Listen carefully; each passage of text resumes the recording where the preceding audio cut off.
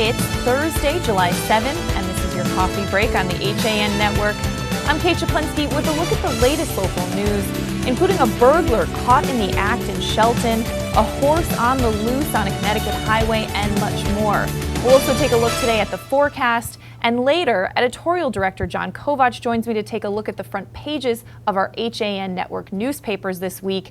And of course, Donald Ang will join us to take a look back on this day in history. But first, a burglar alarm at a Shelton restaurant early this morning allowed police to catch a thief in the act. 23-year-old Alexis Sanchez of Shelton allegedly broke down a rear door and stole cash from Bricks and Barley Tavern on Howe Avenue around 2:30 in the morning. When police saw the damage to the restaurant and the missing cash, they canvassed the area and located Sanchez running from the scene. A brief foot chase ensued and Sanchez was caught and arrested. The cash taken from the business was located nearby. The Bricks and Barley Tavern experienced a similar burglary back on June 30th, which the Shelton police are still investigating. And Connecticut State Police Computer Crimes Unit helped New Jersey authorities nab a Connecticut sex offender they say was talking to a 13-year-old online in a sexually explicit way. On June 16th, the Burlington County Prosecutor's Office and Florence Township, New Jersey Police Department began investigating a complaint that an individual living in Connecticut was talking in a sexually explicit manner with a 13-year-old female. The individual was identified as 39-year-old Brian White, a registered sex offender living in New London. In addition to talking in a sexually explicit manner, White also asked the female if she would travel to Connecticut to engage in intercourse with him. White believed that the juvenile female was going to travel from New Jersey to Connecticut via bus at the Greyhound bus station in New London on July 5th. And on July 5th, detectives from the Connecticut State Police and New London Police Department conducted surveillance at that bus station.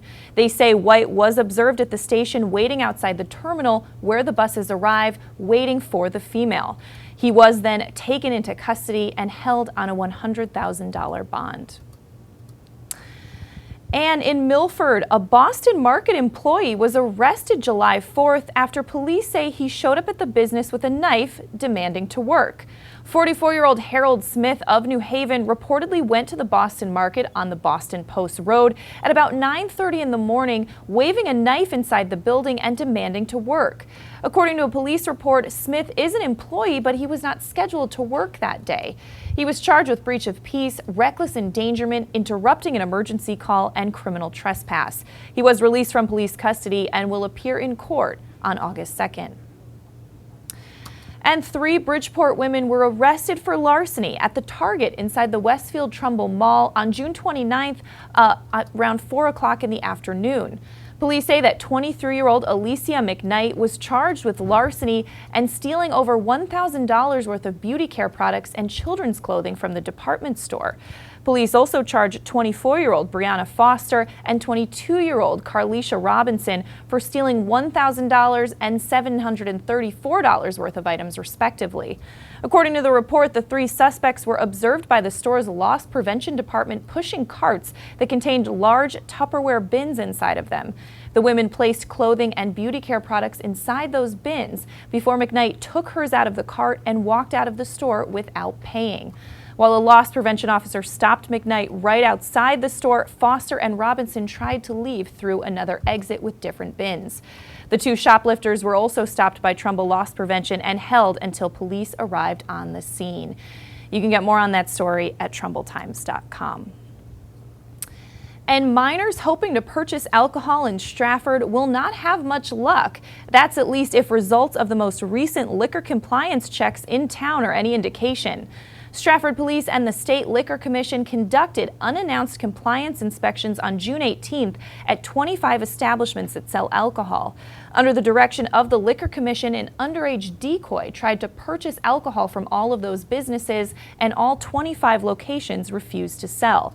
Stratford Police Lieutenant Frank Iannotti said the inspections are done to determine compliance with state laws that prohibit the sale of alcohol to minors. Stratford Police work in collaboration with the Stratford Partnership for Youth and Families to reduce access to alcohol and keep Stratford safe and healthy. You can find a list of those businesses that pass the compliance check at stratfordstar.com.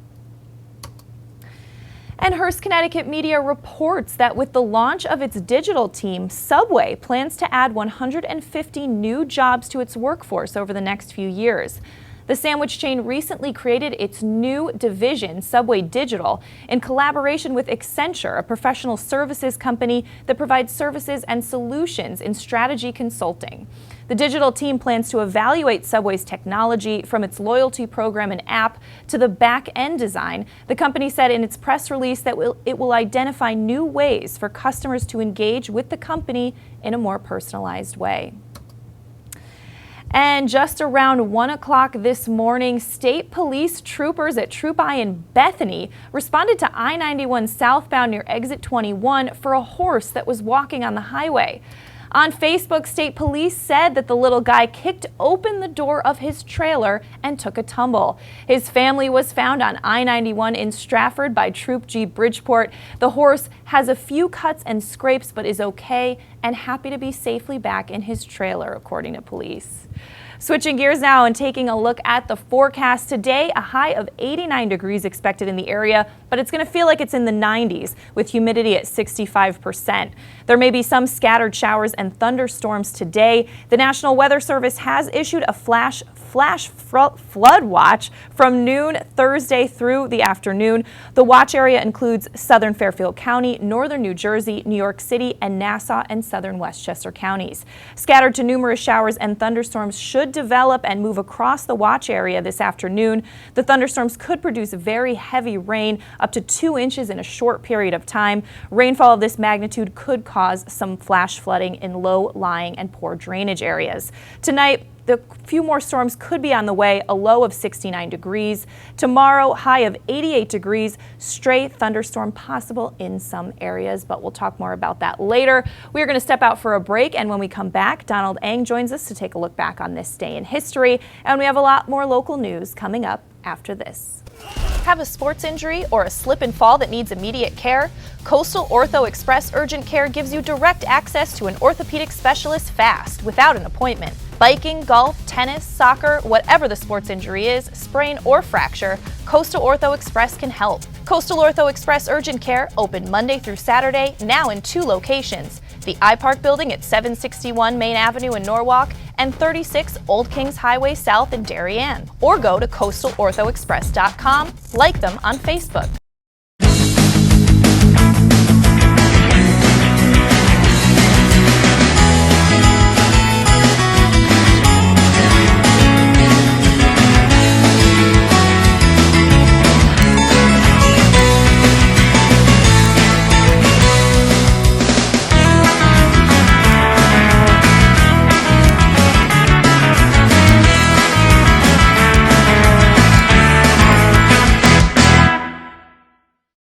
Keep your future star active and happy this summer at Future Stars Sports Academy camps and clinics. The Academy is offering sessions throughout Fairfield County. Sign up for a week of basketball, cheerleading, football, or a multi-sports camp.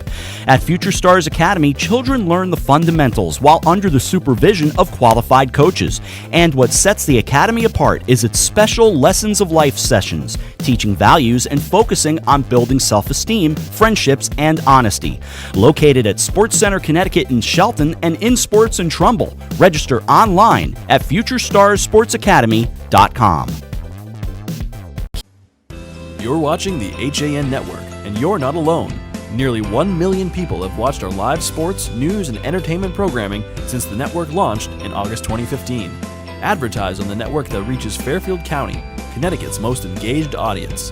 Contact Advertising Director Jessica Murrin at 203-273-7312 or email jessica@han.network.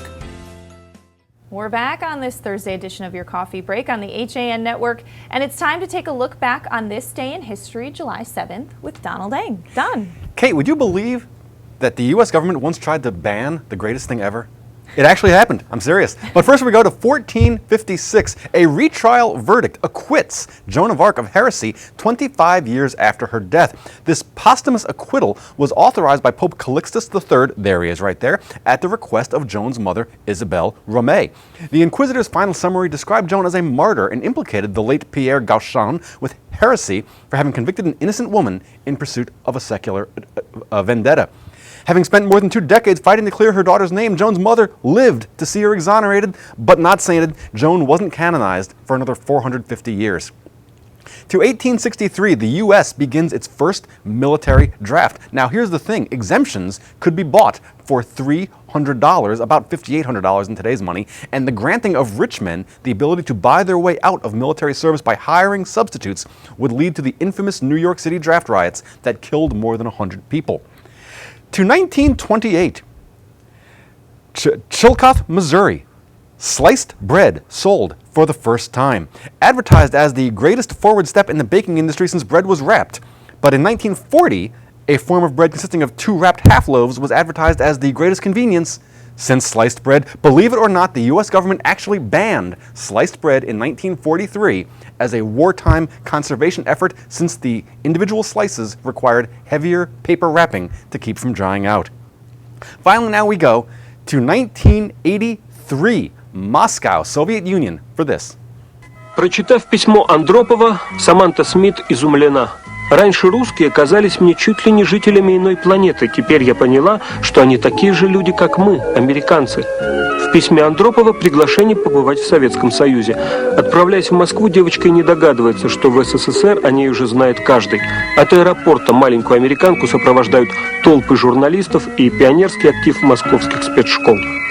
If you don't happen to speak Russian, I'll explain that to you. That was Samantha Smith, a U.S. schoolgirl landing in the Soviet Union at the personal invitation of Secretary General Yuri Andropov. Samantha had written to him to ask if he intended to conquer the world, or at least the U.S., and asked why the Russians wanted to go to war. Andropov replied that the Soviets knew well the horrors of war and had been allies with the U.S. just a few years earlier, and extended a personal invitation to come visit, preferably in summer. That is your look back in history for today, July 7th, and I'm Don Ling. All right, thanks so much, Don. Well, getting back to a little more news today, this just in from the Stratford Star. 2 suspicious fires struck a vacant house in Stratford during a 13-hour period Wednesday and Thursday. Stratford firefighters first responded to the multifamily residence on Riverview Place when a 911 call reported smoke and fire visible from the back of the building just before 2 o'clock in the afternoon on Wednesday. Firefighters confined damage to the rear of the porch and the first and second floors and were on the scene shortly after 3 o'clock. Again, shortly after 2 in the morning Thursday, a sanitation truck driver for Winter Brothers called 911, and firefighters found flames burning the outside of the house. The second fire was brought under control within 25 minutes, and firefighters cleared the scene. Gas and electricity were shut off after the first fire, according to the fire department. The property recently changed ownership, and Stratford Police and Fire Marshal are investigating what officials called 2 very serious incidents. But you can get more on that story at stratfordstar.com. And in other news today, with a chorus of A's and 2 audible nays, a town meeting of about 40 Ridgefielders approved leasing the Barn Teen Center to the Ridgefield Boys and Girls Club. 8 people spoke during the discussion at the special town meeting Wednesday night, excluding First Selectman Rudy Marconi's explanation of the proposal and meeting moderator Ed Tyrell's oversight of those proceedings. Some speakers supported the plan, others voiced doubts, and some seemed to have sympathies on both sides of the question. Still, the meeting was notable for a warm and friendly tone, but there's much more on that at theridgefieldpress.com. And in Weston, anyone using Old Mill Road as a speedy shortcut may soon encounter some bumps in the road. Town engineer John Conte outlined a plan to put speed humps on the popular thoroughfare at a Board of Selectmen meeting June 30th. The plan was previously approved by the Police Commission. While no official vote was taken, the selectmen were supportive of adding 3 speed humps and 2 raised crosswalks to Old Mill Road between Georgetown Road and the Wilton Town line. The notoriously narrow and twisty Old Mill becomes Cobbs Mill Road in Wilton. There are 2 speed humps on the Wilton side.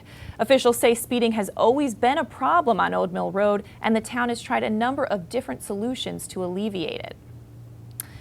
And in other news today, a song you've likely heard hundreds, if not thousands of times, was written by a musician living in Shelton who did not strike it rich. The Shelton Herald reports that one of the artists partially responsible for creating the classic record Na Na Hey Hey Kiss Him Goodbye now needs help from his supporters to fund his medical treatments. Shelton resident singer and co-writer of the hit song, Gary DiCarlo, who's 74 years old, said fans didn't even know about his involvement with the record until a 2011 documentary entitled My Music, 60s Pop, Rock, and Soul by T.J. Lubinsky. The record reached Billboard's #1 spot on December 6, 1969, and sold nearly 8 million copies worldwide, but DiCarlo didn't reap the benefits of its ongoing success because after it was recorded, Mercury Records sent a band called Steam out on the road to perform it. DiCarlo said hearing the song on the radio at the time was devastating. 5 years ago, DiCarlo was able to beat bladder cancer, but doctors have now found that it made its way to his ribs, lung, back, and spine. As a result of his music and personality touching people, a GoFundMe campaign to raise $100,000 needed to cover his medical treatments was created by a friend. So far, 69 people have donated nearly $5,000. You can find a link to that page at sheltonherald.com. And Grip It and Rip It, a high school 7-on-7 football tournament, celebrates its 9th year at New Canaan's Dunning Field this weekend as 32 teams battle for the tournament crown. Games will begin at 2 o'clock on Friday and will run through the final on Saturday afternoon. HAN Network will have live coverage of the semifinals and championship game on Saturday, July 9th, starting at 12:30. And on Friday, we'll be in New Canaan with live interviews of players and coaches during the round-robin format of the tournament. Coach Lou Marinelli gave much of the credit for the event's success to his son John, who is now head coach of the Greenwich Cardinals, and Chris Silvestri, the Rams defensive coordinator. You can get much more on that tournament, however, at HAN.network. We are going to step out for a break, and when we come back, John Kovach joins me, and we take a look at the front pages of our HAN Network community newspapers this week, coming up after this. I really wanted something that felt like a home. Coming from a big house, I wanted the feel of a home as opposed to a condo. The construction is incredible, whether it's the floors, the fireplace, the moldings, the lighting. It's as peaceful as my home was in the middle of the woods. It feels like a house. It does not feel like a condo or a townhome. I feel like I'm in my house.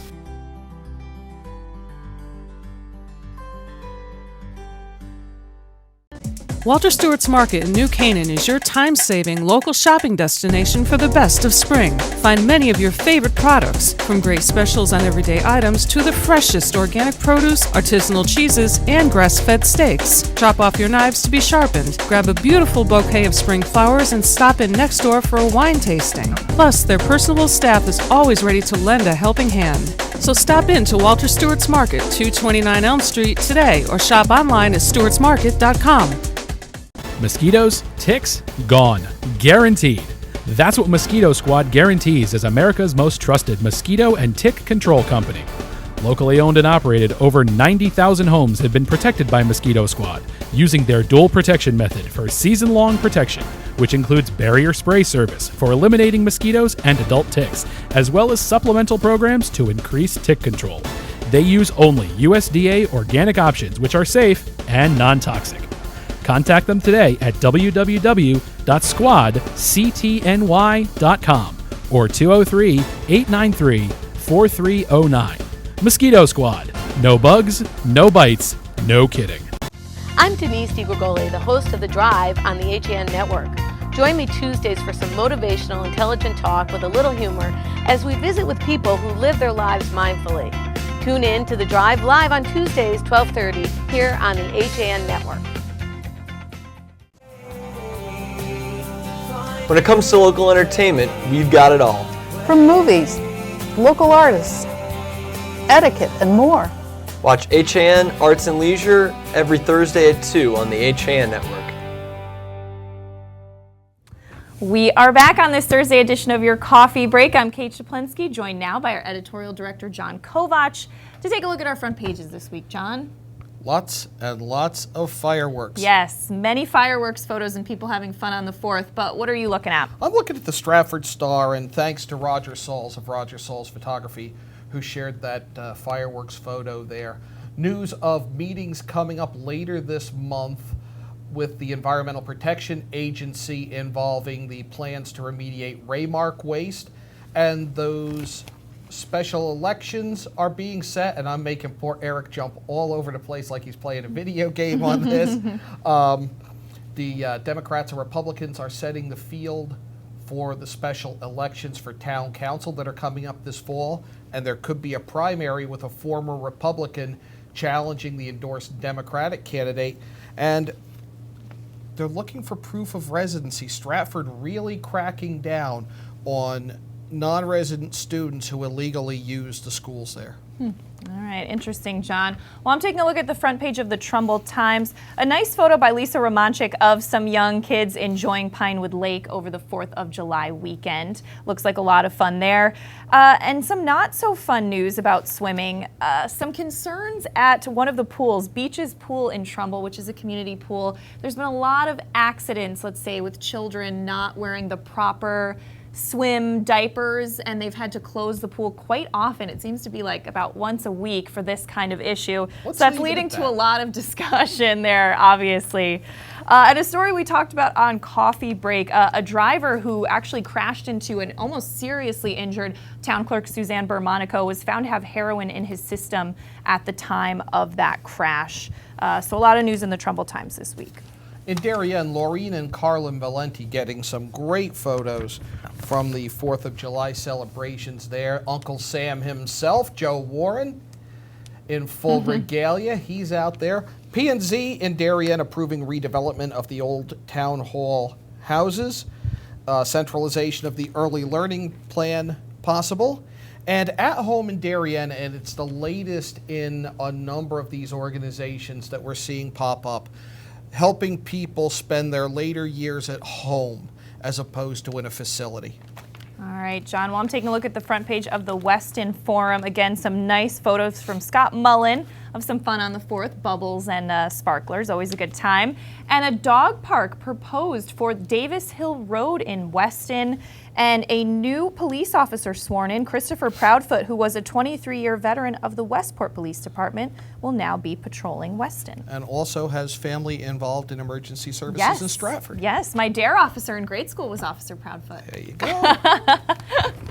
I mentioned fireworks shots coming in, and this one just particularly out of Reading, just really, no pun intended, blew me away. Brian Hafley with just this beautiful shot from the Rock and Roots 4th, I believe it is called, Rock and Roots Revival, a concert, fireworks, just a great shot there by Brian. Also, the naming of the winners of the pie contest that went along with that festival. Reading's land use consultant saying there's not enough room for a bus depot that Reading and Easton are looking for school buses, and a van service for seniors that's helping people get around. A little look at that and the man who makes sure those people get there safe. All right. Well, taking a look at the front page of the Easton Courier, again talking about the bus depot issue, which is an issue for both those towns. But the animal control officer getting a new vehicle there. Looks nice. And residents speaking up on some zoning regulations in Easton. I know zoning's always a big issue in Easton. New Canaan does a really old school self-funded celebration, and it is massive if you've never been to it. It's the Family 4th, it's at Waveney Park, and that's just a tiny fraction of the people who turn out and fill that area to watch the fireworks. One of the nice things New Canaan still has too, and you can see there, that's the town band. Dave Stewart with some great photos there, more of those at ncadvertiser.com. Emergency responders did a drill with Silver Hill Hospital on different situations that they might have to handle, and story about a heart transplant saving a former resident of New Canaan. All right, John, well, taking a look at the Ridgefield Press. The town not receiving $2 million that it had requested from the state to study some transit-oriented development in Branchville. That did not go through, but a survey finding that residents support more food vendors and food trucks in town. They don't want a limit on that. And as we talked about on Coffee Break earlier this week, a Jeep burned outside a diner last Friday. We had some video actually from that scene on Coffee Break earlier this week. That's dangerous when you have the fire. Yeah, it melted the paint. It caused the paint to bubble on the building, but nobody was injured and the building wasn't damaged. Bubble shots are as fascinating as fireworks shots, and Shelton has a nice one there. John loves bubbles. I love bubble shots. No, I do. The bubble photograph, I really do. Bubbles, I can take or leave. Dylan Haviland, an intern, got some great shots there at the 4th of July festivities. Girl blowing bubbles, some shots of the fireworks. Story you just brought us about the songwriter who wrote Na Na Na Na Hey Hey. Yes. That's a fun story. Well, it's not fun what he's looking for, but who knew that he lived right in Shelton? Yeah, I knew it was a local hit. I didn't know that the writer was all of that backstory. Piece by Aaron Berkowitz about efforts to encourage safe driving around the holidays. And a 99-year-old telling us that laughter is the secret to a long life. That's a great photo, too. All right, well, taking a look at the front page of the Wilton Bulletin, talking about how house poor is Wilton, story by Hayden Turek, and 5 years of the street fair and sidewalk sale. That's going to be coming back July 16th. Oh, those are coming, Kate. Those are coming. We're going to be busy in sidewalk sale palooza, but we'll talk more about that next week. Route 7 in Branchville will be closed on 5 Saturdays, parts of it, so that's going to be a big pain, I'm sure, for a lot of people. Another photo that I really love this week is on the Monroe Courier, and this was by Audra Napolitano, and it is one of the rides at the Monroe Fireman's Carnival, huge event every year. That is coming up this weekend, started last night actually. Carnival's always a lot of fun, raise important money that the fire departments need, particularly the volunteer ones. Two Planks Theater in Monroe, who we've had on there, Broadway in the Park, is about to return. A story that Frank Granito and I believe it was Dave Stewart, Don Eng, I'm sorry, discussed on, was Dave Stewart? Thank you. On Nutmeg Sports, Casey Cochran detailing for the Players Tribune his struggles with concussions, and a profile of a Monroe resident who is on a 10-week internship studying the environment and how to save the Florida Everglades. Oh, wow. All right, well, taking a look at the front page of the Milford Mirror, we talked about on Coffee Break the kindness bus rolling into Milford. Jill Dion did a nice story and a great video that you could see at milfordmirror.com. Also big news, I know for a lot of residents, is the rain delaying the fireworks for this past Friday. They're going to be this Friday. Hopefully the weather holds out and everything goes well. And plenty in bloom at Milford's Community Garden. So a nice story there, too. Taking a look at the arts and leisure section, certain places lend themselves to beautiful art. Paris, one of them. A feature on Electric Paris. Electric Paris. Electric Paris, yeah. The R kind of covered. I promise. He's our editorial director. But images of the City of Light at the Bruce Museum in Greenwich. Oh, that sounds beautiful. That among the features in the arts and leisure section. Yes, and we do have our HAN Arts and Leisure show today at 2 o'clock. They're going to be talking movies and beach etiquette, which is always an interesting one. But John, you are doing Yankee Fisherman at 1 o'clock today. We have an unusual species caught off of Connecticut and the Long Island Sound. We are going to talk to a man who has organized a tournament in memory of his father that is going to help support a food pantry on the coastline. And we are going to talk to Trout Unlimited about some of its initiatives. All right, great. That's coming up at 1 o'clock. We are going to wrap things up here on your coffee break. Tomorrow we'll be at New Canaan's Dunning Field, getting ready for Grip It or Rip It. That's going to be a busy weekend for the HAN Network, but it's going to be a lot of fun. Looking forward to it. Yes. All right, we will see you tomorrow in New Canaan. Have a great day.